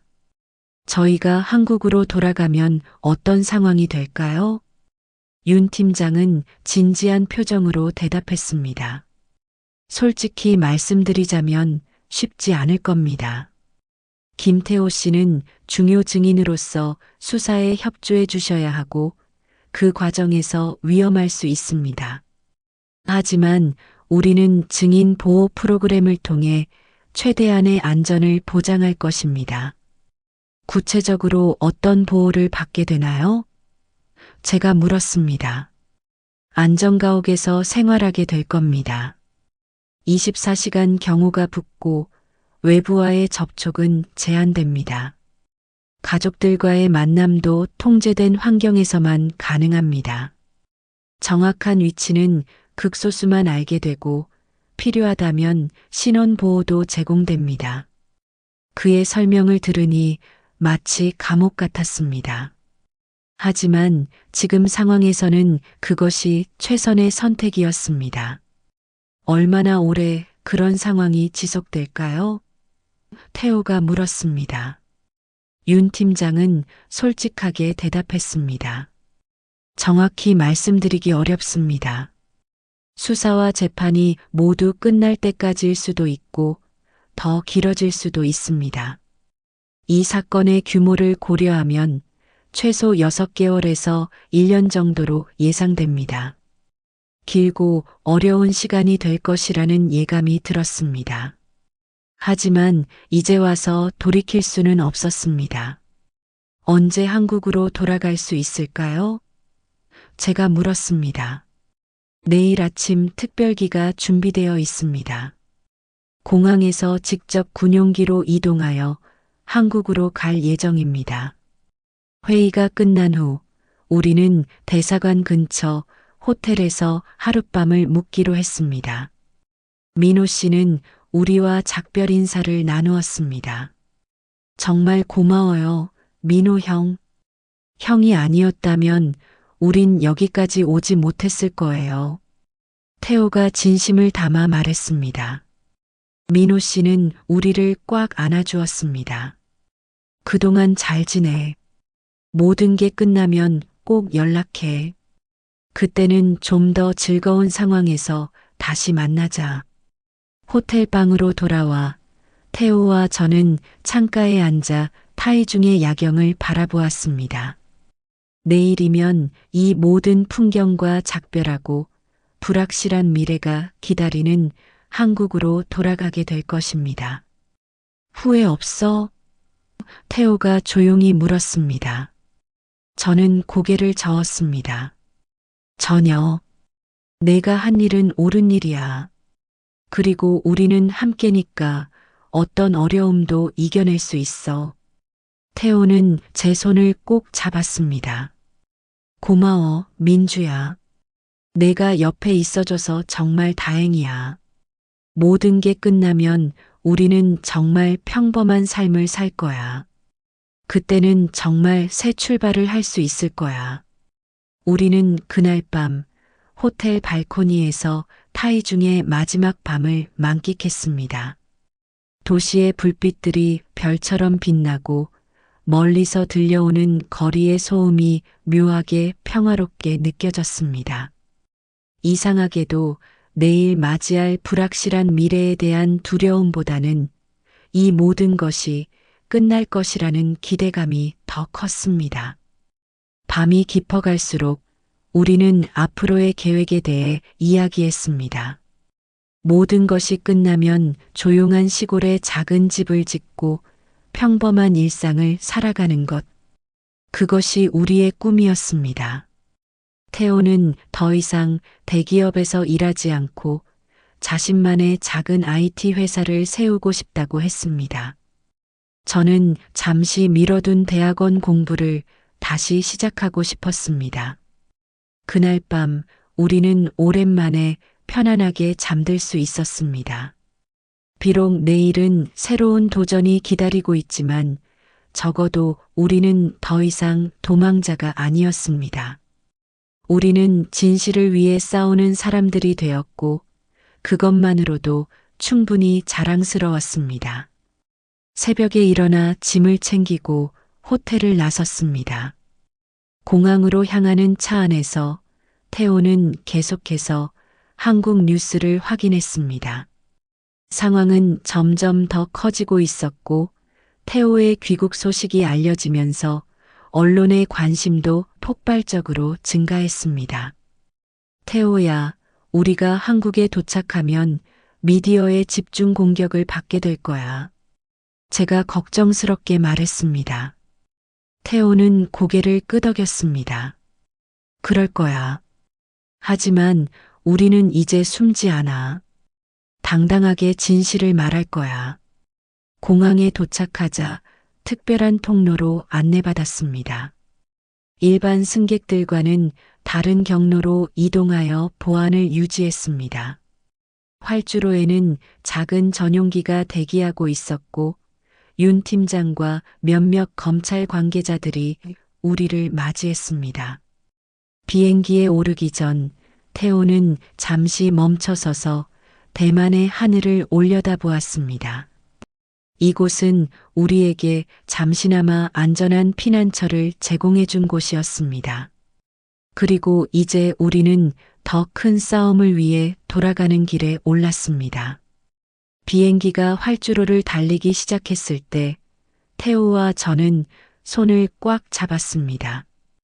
우리의 앞에 무엇이 기다리고 있든 우리는 함께 맞설 준비가 되어 있었습니다. 이것은 도피의 끝이자 새로운 싸움의 시작이었습니다. 한국 영공에 들어섰다는 기장의 안내 방송이 들렸습니다. 창밖으로 보이는 낯익은 한국의 해안선이 마음을 복잡하게 만들었습니다. 겨우 3일 전에 떠났지만 마치 오랜 시간이 흐른 것 같은 느낌이었습니다. 태호는 창가에 앉아 조용히 풍경을 바라보고 있었습니다. 그의 표정에서는 긴장감과 함께 묘한 결연함이 보였습니다. 곧 착륙합니다. 모든 것이 준비되어 있으니 걱정하지 마세요. 윤 팀장이 우리에게 다가와 말했습니다. 공항에는 취재진들이 많이 모여 있을 겁니다. 저희가 최대한 보호해 드리겠습니다. 비행기가 김포공항의 군용 경납고에 착륙했습니다. 일반 여객기가 사용하는 터미널이 아닌 군사시설을 이용한 것은 우리의 안전을 위한 특별 조치였습니다. 비행기 문이 열리자 계단 아래에는 검은색 승합차 3대와 다수의 형사들이 대기하고 있었습니다. 자, 이제 내려갑시다. 윤 팀장이 말했습니다. 가운데 차에 타시면 됩니다. 앞뒤로 경호차가 따를 겁니다. 비행기에서 내려 차로 향하는 짧은 거리였지만 한국의 공기를 마시는 순간 이상한 감정이 밀려왔습니다. 도망자로 떠났다가 이제는 중요 증인으로 돌아온 것입니다. 멀리서 카메라 플래시가 번쩍이는 것이 보였고 취재진들의 외침이 희미하게 들렸습니다. 차에 올라타자마자 윈도우의 블라인드가 내려졌고 차는 빠르게 공항을 빠져나갔습니다. 태호는 제 손을 꼭 잡았습니다. 그의 손은 차가웠고 약간 떨리고 있었습니다. 어디로 가는 거죠? 제가 윤 팀장에게 물었습니다. 서울 외곽의 안전가옥입니다. 위치는 극비로 유지됩니다. 거기서 당분간 생활하시게 될 겁니다. 차는 고속도로를 따라 약 1시간을 달렸고 이후 작은 도로로 접어들었습니다. 주변은 점점 더 한적해졌고 마침내 숲으로 둘러싸인 외딴 지역에 도착했습니다. 높은 담장과 보안 카메라가 설치된 2층짜리 주택이 보였습니다. 마치 작은 요새 같았습니다. 여기가 안전가옥입니다. 24시간 경비가 배치되어 있고 모든 통신은 암호화됩니다. 외부와의 접촉은 제한적이지만 필요한 모든 것은 제공해 드리겠습니다. 집 안으로 들어서자 깔끔하게 정돈된 거실이 보였습니다. 기본적인 가구와 가전제품이 갖춰져 있었지만 어딘가 차갑고 개인적인 느낌이 없는 공간이었습니다. 윤 팀장은 우리에게 집안을 안내해 주었습니다. 2층에 침실과 작은 사무실이 있습니다. 부엌에는 식료품이 채워져 있고 필요한 것이 있으면 언제든 말씀하세요. 지금은 쉬시고 내일 아침부터 본격적인 조사가 시작될 예정입니다.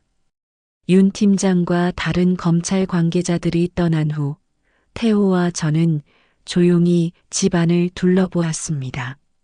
모든 창문에는 방탄 유리가 설치되어 있었고 출입문은 이중 보안 시스템으로 보호되고 있었습니다.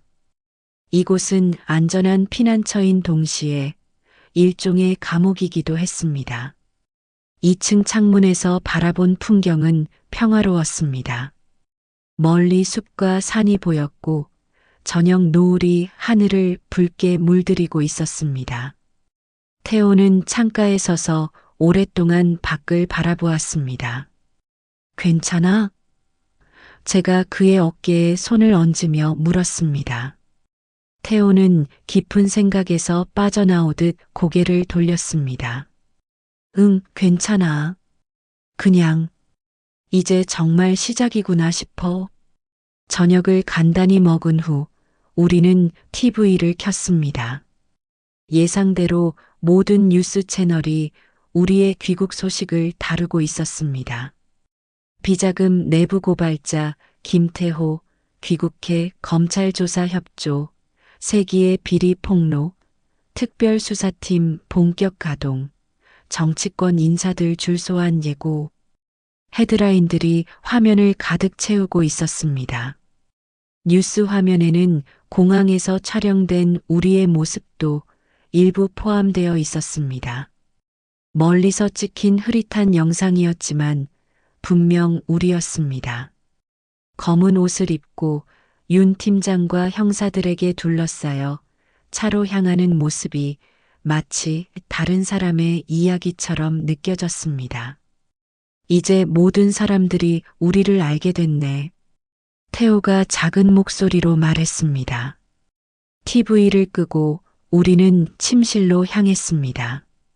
낯선 침대에 누워 천장을 바라보며 이 모든 상황이 현실인지 확인하려는 듯 저는 계속해서 태호의 손을 잡고 있었습니다. 내일부터 어떻게 될까? 제가 물었습니다. 태호는 깊은 숨을 내쉬었습니다. 아마 길고 힘든 조사가 시작될 거야. 내가 가진 모든 증거와 정보를 제공하고 그들의 질문에 답해야 해. 어쩌면 몇 주, 몇 달이 걸릴 수도 있어.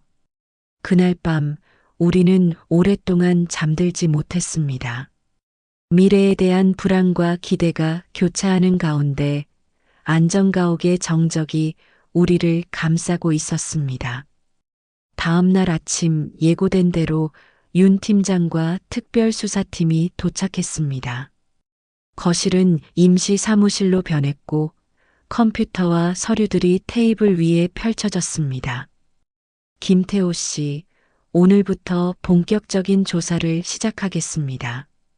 가능한 한 모든 정보와 증언을 기록할 예정입니다. 힘들겠지만 협조 부탁드립니다. 태호는 준비된 듯 고개를 끄덕였습니다.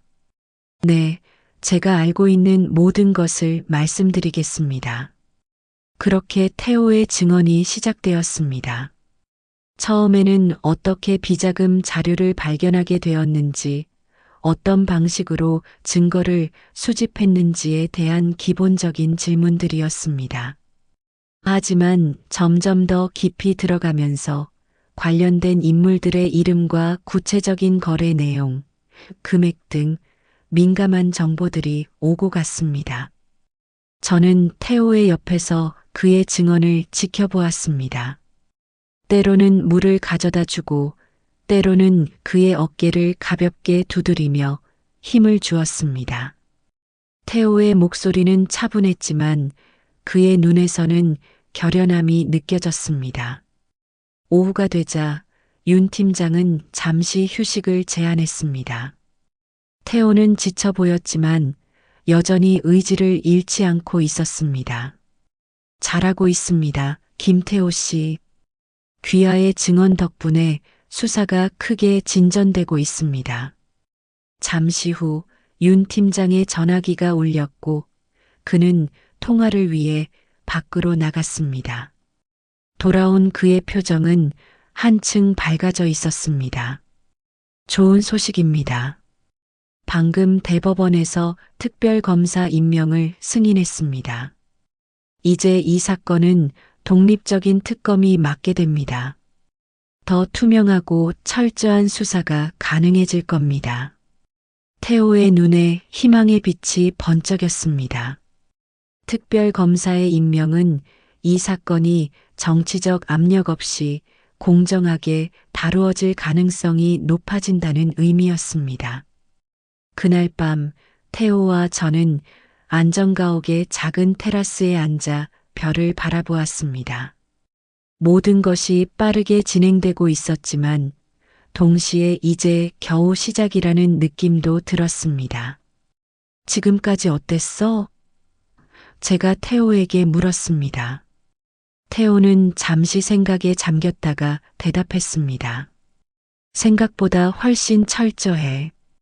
윤 팀장은 정말 꼼꼼하게 모든 것을 확인하고 있어. 내가 제공한 증거가 실제로 쓸모 있는 것 같아서 다행이야. 얼마나 더 이런 생활을 해야 할까? 태호는 어깨를 으쓱했습니다. 모르겠어. 특검이 임명된 이상 수사는 더 오래 걸릴 수도 있어. 하지만 더 철저하게 진행될 거야. 우리가 지금 할 수 있는 건 인내하는 것뿐이야. 다음 날부터 매일 같은 루틴이 반복되었습니다. 아침부터 시작되는 태호의 증언과 자료 검토, 그리고 오후에는 특검팀과의 회의, 때로는 하루 종일 지속되기도 했습니다.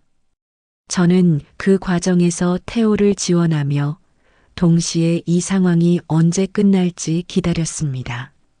일주일이 지나자 뉴스에서는 연일 새로운 소식이 전해졌습니다. 태호가 폭로한 자료를 바탕으로 여러 정치인과 기업인들이 소환되었고 일부는 구속되기도 했습니다. 태호의 회사 회장도 결국 체포되었고 회사는 비상경영 체제로 전환되었습니다. 어느 날 저녁 윤 팀장이 특별한 소식을 가지고 왔습니다. 내일 양가 부모님이 방문할 예정입니다. 안전상의 이유로 미리 알려드리지 못했습니다. 순간 가슴이 떨렸습니다.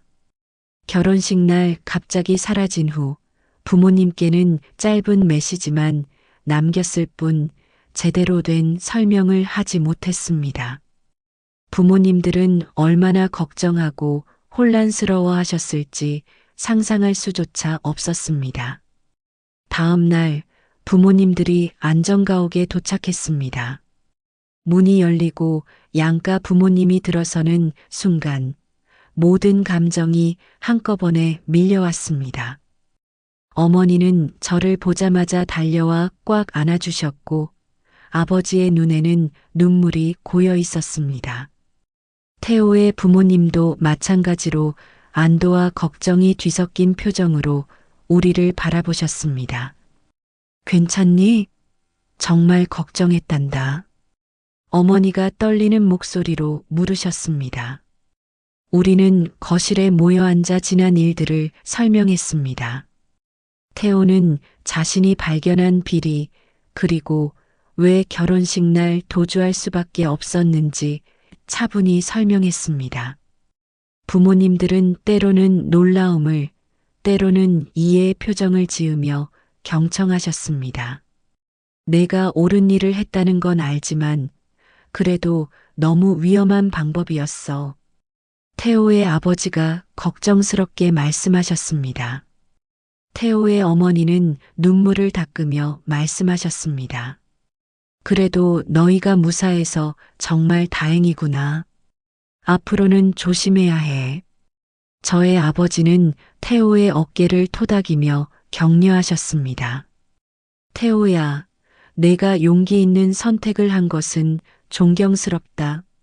하지만 앞으로는 민주도 생각해서 좀 더 안전한 방법을 찾았으면 좋겠구나. 짧게 허락된 만남 시간이 끝나갈 무렵 어머니가 작은 가방을 건네주셨습니다. 필요할 것 같아서 몇 가지 가져왔어.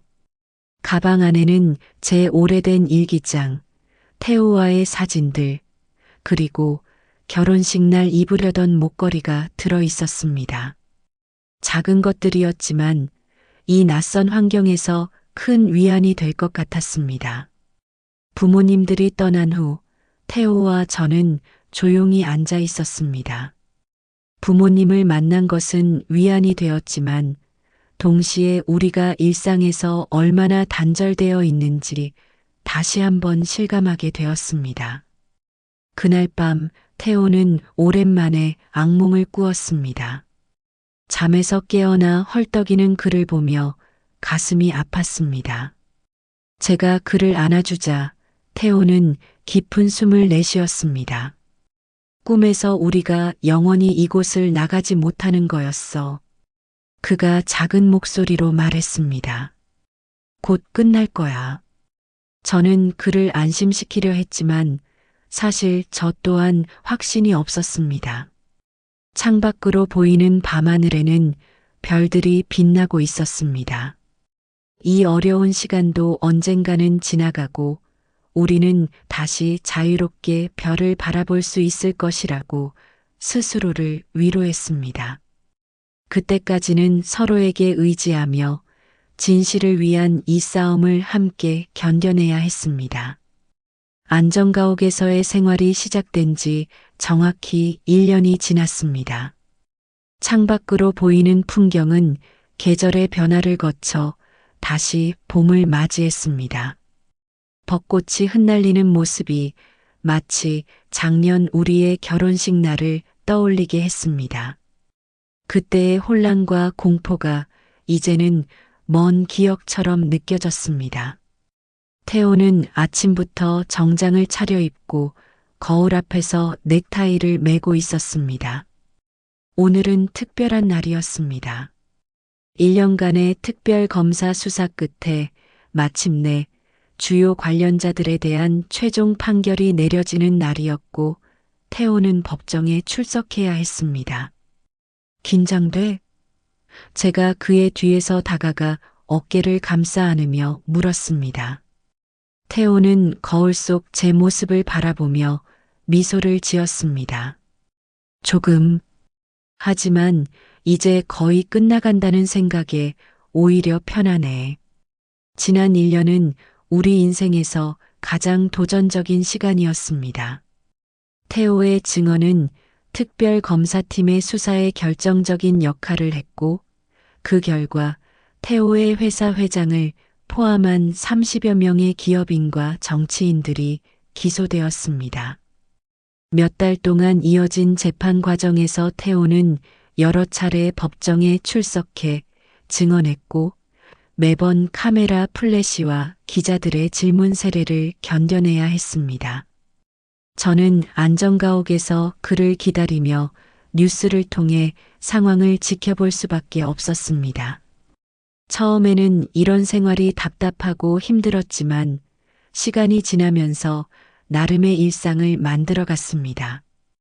온라인으로 대학원 수업을 듣기 시작했고 조금씩 논문 작업도 진행했습니다.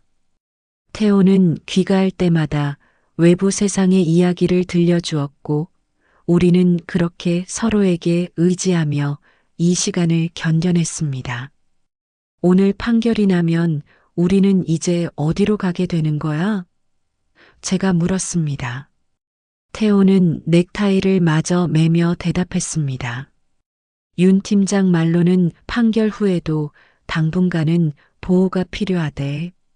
하지만 더 이상 이 안전가옥에 머물 필요는 없을 거래. 우리가 원하는 곳에서 살 수 있지만 일정 기간 동안 경호는 계속될 거야. 아침 식사를 마치고 태호는 윤 팀장과 함께 법원으로 향했습니다. 저는 혼자 남아 TV를 켜고 생방송으로 중계되는 판결 소식을 기다렸습니다. 주요 방송사들은 모두 법원 앞에 중계차를 배치하고 이 세기의 재판을 실시간으로 보도하고 있었습니다. 화면에는 법원으로 들어가는 태호의 모습이 비쳤습니다. 1년 전에 불안하고 초조했던 모습과 달리 이제 그는 당당하고 의연한 걸음걸이로 법정을 향했습니다. 카메라 플래시가 그의 얼굴을 비추었지만 태호는 흔들림 없이 앞으로 나아갔습니다. 몇 시간 후 마침내 판결이 내려졌습니다. 태호의 회사 회장은 15년형을 선고받았고 관련된 정치인들도 5년에서 12년까지의 실형을 선고받았습니다. 판사는 판결문에서 대한민국 역사상 유례없는 규모의 조직적 비리라고 언급했고 특별히 태호의 용기를 치하했습니다. 뉴스 화면에서는 법정을 나서는 태호의 모습이 보였습니다. 기자들이 그에게 소감을 물었고 태호는 잠시 생각하더니 차분하게 대답했습니다. 저는 단지 옳은 일을 했을 뿐입니다. 이번 판결이 우리 사회가 더 투명하고 정의로운 방향으로 나아가는데 작은 도움이 되었기를 바랍니다. 그 모습을 보며 가슴이 뭉클해졌습니다.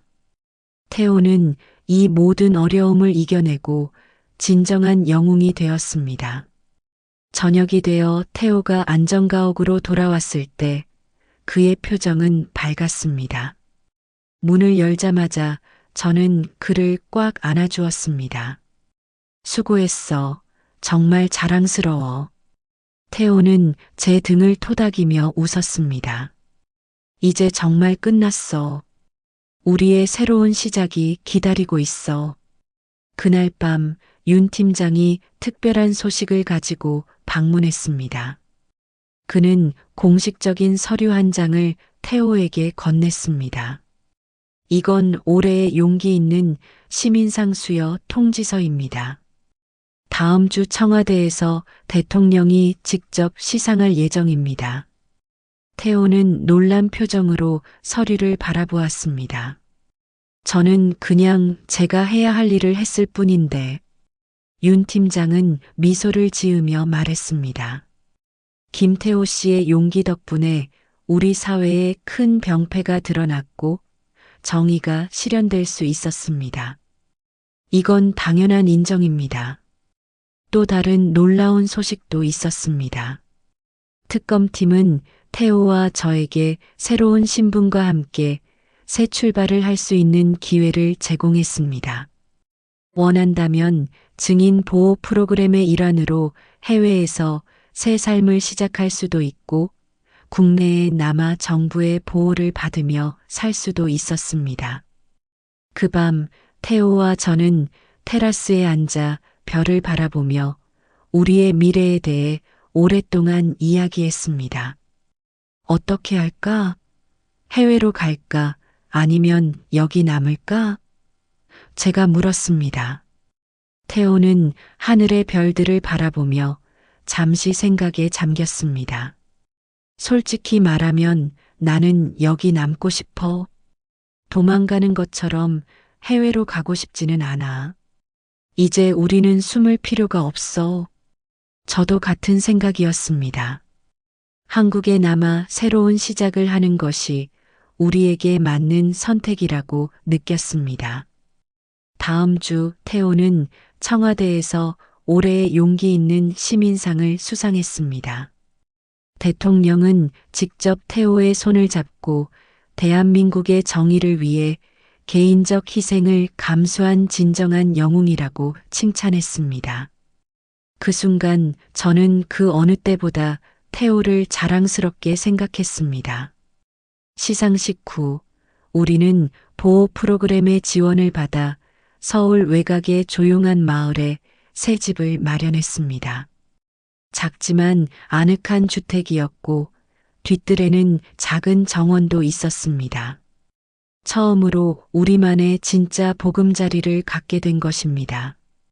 태호는 더 이상 대기업에서 일하지 않기로 했습니다. 대신 그는 비영리 단체에서 기업 윤리와 투명성을 교육하는 일을 시작했습니다. 그의 경험과 지식은 많은 사람들에게 귀중한 교훈이 되었고 여러 대학과 기관에서 강연 요청이 쏟아졌습니다. 저는 그동안 미뤄두었던 대학원 공부를 본격적으로 재개했습니다. 심리학 분야의 논문을 준비하면서 우리가 겪은 경험을 바탕으로 위기 상황에서의 부부관계에 대한 연구도 진행했습니다. 새 집으로 이사한 지 한 달 후, 우리는 작은 정원에서 특별한 행사를 열었습니다. 가족들과 가까운 친구들만 초대한 간소한 결혼식이었습니다. 화려했던 첫 번째 결혼식과는 달리 이번에는 소박하지만 더 많은 의미가 담긴 시간이었습니다. 어머니는 눈물을 글썽이며 제 손을 잡았습니다. 이제야 정말 마음 놓고 너희를 축하할 수 있구나. 태호의 아버지는 아들의 어깨를 토닥이며 말씀하셨습니다. 내가 그동안 많이 힘들었을 텐데 이제 정말 행복하게 살아라. 민호 씨도 대만에서 왔습니다. 그는 태호와 오랫동안 이야기를 나누며 다음에는 좀 더 평화로운 상황에서 대만에 놀러 오라고 초대했습니다. 작은 결혼식을 마친 후 우리는 첫 번째 결혼식에 초대되었던 모든 하객들에게 특별한 편지를 보냈습니다. 갑작스러운 도주로 인해 피로연을 망친 것에 대한 사과와 함께 모든 일의 진상을 설명하고 이해를 구하는 내용이었습니다. 또한 작은 선물도 함께 보냈습니다. 놀랍게도 대부분의 사람들은 우리의 이야기를 이미 뉴스를 통해 알고 있었고 오히려 응원과 격려의 메시지를 보내왔습니다. 많은 이들이 태호의 용기에 박수를 보냈고 우리의 새 출발을 진심으로 축하해 주었습니다. 시간이 흐르면서 우리의 삶은 점차 안정을 찾아갔습니다. 때로는 과거의 악몽이 찾아오기도 했지만 그럴 때마다 우리는 서로를 위로하며 함께 이겨냈습니다. 경호원들의 보호 아래 생활하는 것도 처음에는 불편했지만 점차 그들도 우리 일상의 일부가 되었습니다. 2년이 지난 후 태호의 폭로로 시작된 수사는 마침내 완전히 마무리되었습니다. 관련된 모든 인물들이 법의 심판을 받았고 불법으로 조성된 비자금은 국고에 환수되었습니다. 그 자금의 일부는 사회복지 사업에 쓰이게 되었습니다. 그리고 마침내 우리는 완전한 자유를 되찾았습니다. 경호원들도 철수하고 우리는 평범한 부부로서의 삶을 시작할 수 있게 되었습니다. 가끔 저는 그날을 떠올립니다. 웨딩드레스 차림으로 택시를 타고 도망치던 그 순간이 어떻게 우리 삶을 완전히 바꿔놓았는지. 쉽지 않은 선택이었고 많은 위험과 두려움이 있었지만 후회는 없습니다.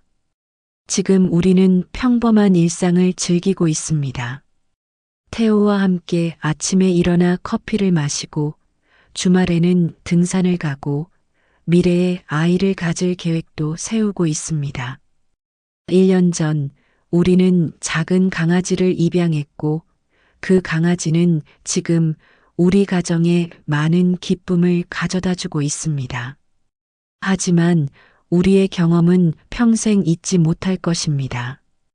때로는 정의를 위해 모든 것을 걸어야 할 때가 있다는 것, 그리고 그 선택이 비록 어렵더라도 옳은 길이라면 끝까지 함께 걸어가야 한다는 것을 배웠으니까요. 결혼식 날 했던 서약, 좋을 때나 나쁠 때나 부유할 때나 가난할 때나 아플 때나 건강할 때나 는 우리에게 단순한 말이 아니었습니다. 그것은 우리가 실제로 경험하고 지켜낸 약속이었습니다. 오늘 아침 태호와 저는 집 뒤뜰에 작은 벚나무를 심었습니다. 그 나무가 자라 꽃을 피우고 열매를 맺는 것처럼 우리의 사랑과 인생도 이제 새롭게 성장해 나갈 것입니다. 모든 폭풍우를 견뎌낸 후 마침내 우리는 진정한 평화와 행복을 찾았습니다. 창밖으로 보이는 푸른 하늘을 바라보면서 저는 이제 더 이상 무엇도 두렵지 않다고 느낍니다. 어떤 어려움이 찾아와도 우리는 함께 이겨낼 수 있을 것입니다. 그것이 우리가 도피화되면 그리고 진실을 위한 싸움을 통해 얻은 가장 소중한 깨달음입니다. 결혼식 날 도망쳤던 우리는 이제 어디에도 도망치지 않고 당당하게 앞으로 나아갑니다. 그리고 우리의 이야기가 어쩌면 누군가에게 용기와 희망을 줄 수 있기를 바랍니다.